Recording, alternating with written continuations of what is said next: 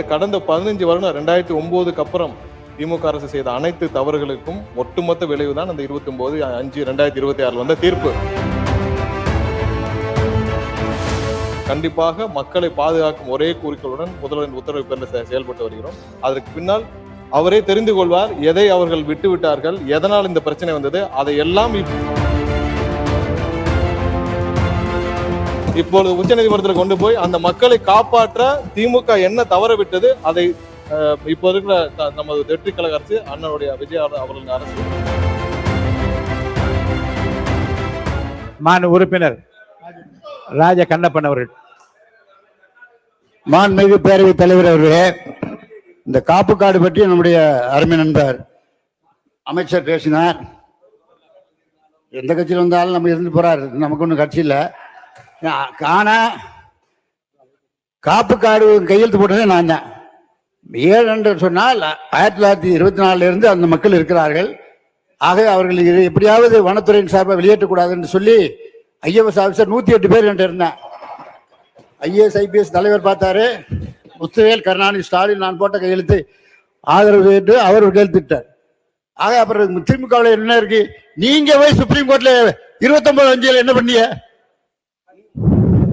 You have to inform the Supreme Court. அதான் தாவேக அரசு செய்யணும். நாங்க செஞ்சிருக்கோம். காப்பு கார்டு உரிமை நீங்க மீறி அப்படி சொல்லணுமா இல்லையா? ஆகவே நம்முடைய அமைச்சர் பேசுங்க. நான் பதில் சொல்ல தயாராக. அமைச்சர் அவரே உங்களுக்கு அனுமதி கொடுக்கிறார். பேசுமா. மாண்புமிகு பேரவைத் தலைவர் அவர்களே, கிட்டத்தட்ட 30 வருடம் அமைச்சராக இருந்தார், 30 வருடம் அதிகாரத்திலும் இருந்திருக்கிறார். அவருக்கு இன்னமும் அரசியல சட்டம்ல எப்படி நடக்குதுன்னு தெரியல. 29/5/2027 உச்ச நீதிமன்றத்துல இறுதி ஆணை கொடுக்கப்பட்டது. அப்ப எத்தனை இறுதி தீர்ப்பு, எத்தனை வருஷம் அந்த கேஸ் நடந்திருக்கும் பாருங்க. அது தனியாக ஒரு குழு அமைத்து அந்த குழுவும் 8 மாசம் தமிழகம் முழுவதும் ஆய்வு செய்திருக்கிறாங்க. அந்த ஆய்வின் போது தமிழக அரசு சார்பாக யாரு கூட இருந்தா, யார் யார் அவர்களுக்கு இந்த இடங்கள் தான், இது வந்து காடு இல்ல, இது வந்து பட்டா லேண்டு அப்படின்னு யாரு கூட இருந்து என்கேஜ் பண்ணா, அந்த மாதிரி எந்த தகவலும் இல்லை.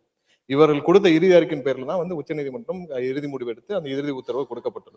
ஸோ அதனால இந்த கடந்த 15 வருடம் 2009க்கு அப்புறம் திமுக அரசு செய்த அனைத்து தவறுகளுக்கும் ஒட்டுமொத்த விளைவுதான் அந்த 29/5/2026 வந்த தீர்ப்பு.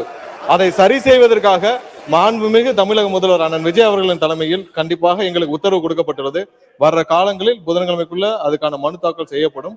அது முடிந்த பிறகு என்ன மாதிரியான நிலைமையை, அங்கு உள்ள பகுதி மக்களின் நிலைமை, எதனால் இவர்கள் வந்து பூர்வக்குடிகள் என்னெல்லாம் அனைத்தையும் ஆராய்ந்து ஒரு இறுதி முடிவுக்கு வழக்கறிஞர்களுடன் ஆராய்ந்து வருகிறோம்.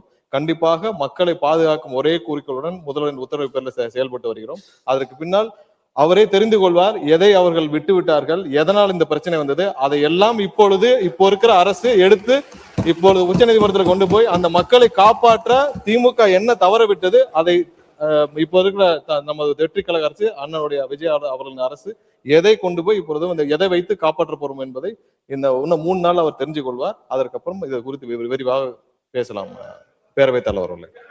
மாண்புமிகு